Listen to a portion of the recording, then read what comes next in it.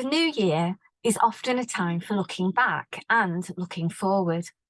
Looking back, I invite you to bring to mind the furthest distance you have ever travelled. It may be travel has been a large part of your life, whilst for others, including myself, hardly featured, well, at least in the sense of long journeys. Perhaps the journeys we most easily remember are the ones that have an emotion attached to them, excitement, dread, or even some indescribable yearning or urge.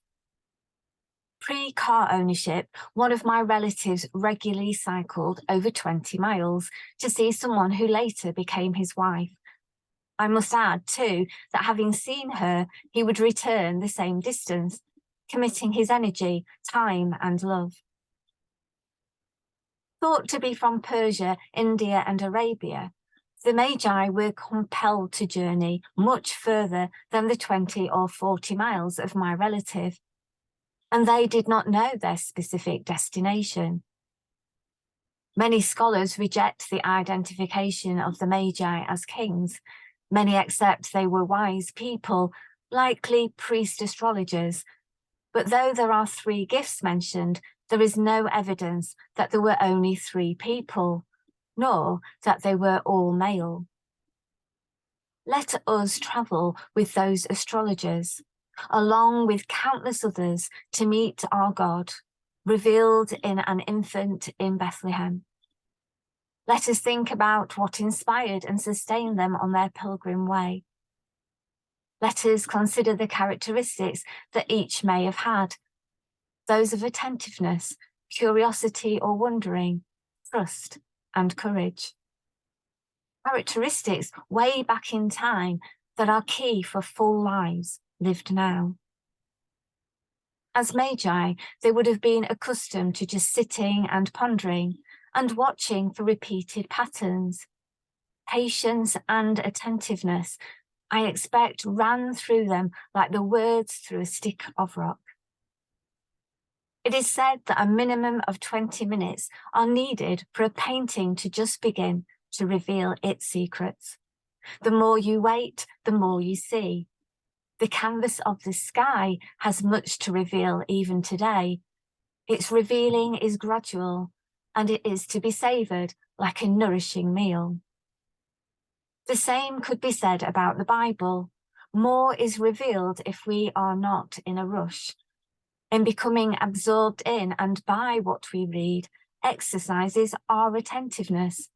By reading and rereading and exploring different ways of reading or listening, we learn to savour each word and phrase. To use another eating metaphor, flavours are released. Our wonder and curiosity grows, and we find our appetites for more develops. Returning to the Magi, their attentiveness involved lifting their eyes, being watchful, intentionally vigilant and aware of the world around them, looking up and looking for. Duns Scotus, a Christian philosopher, coined the word hexiati, thisness, the uniqueness of everything, the unrepeatable originality. For example, a river is never the same in another moment. The position of something in any moment in time in relation to everything else, never repeated. Let's pause. Does the wonder of that just bowl you over? Their wonder and curiosity about their new star, never before seen by the human eye, led the Magi into a new realm, and physically over the borders of their own land, language, and religion. Uncertainty, risk, jeopardy, and danger all lay ahead. The Magi set forth in trust, trust developing courage, courage developing trust, with each step along their journey.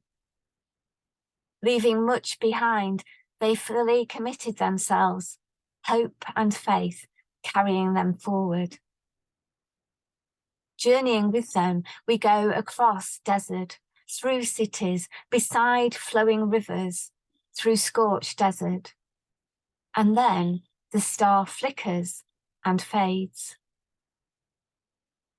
The Magi encounter and listen to Herod and chief priests.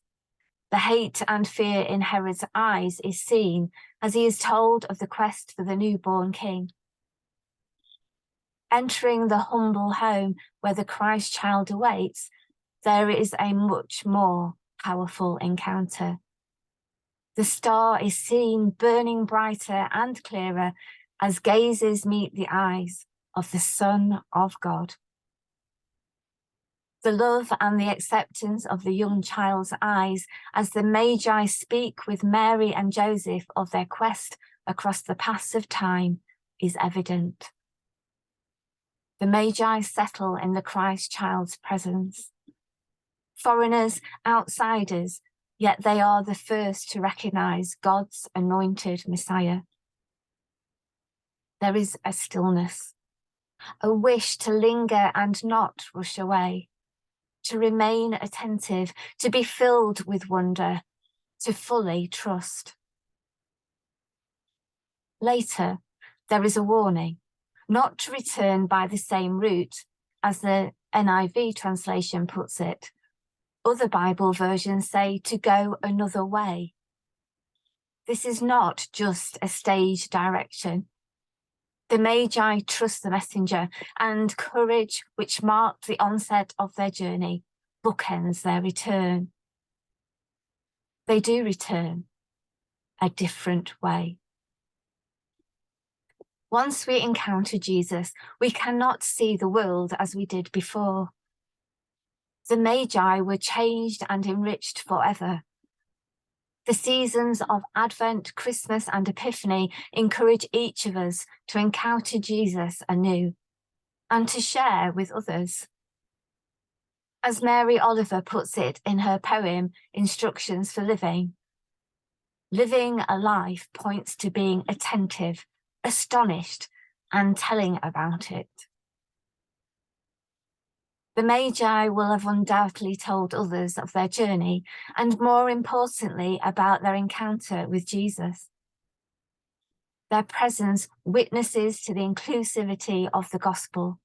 Whatever race, class, colour, creed, gender, past history, orientation, or political opinion. The only thing that is excluded is exclusivity. Jesus brought and continues to bring people together and into conversation with one another. Being with the Magi and with Jesus, being here with one another, we perhaps grow a little more wise. And I pray we return home a different way. Amen.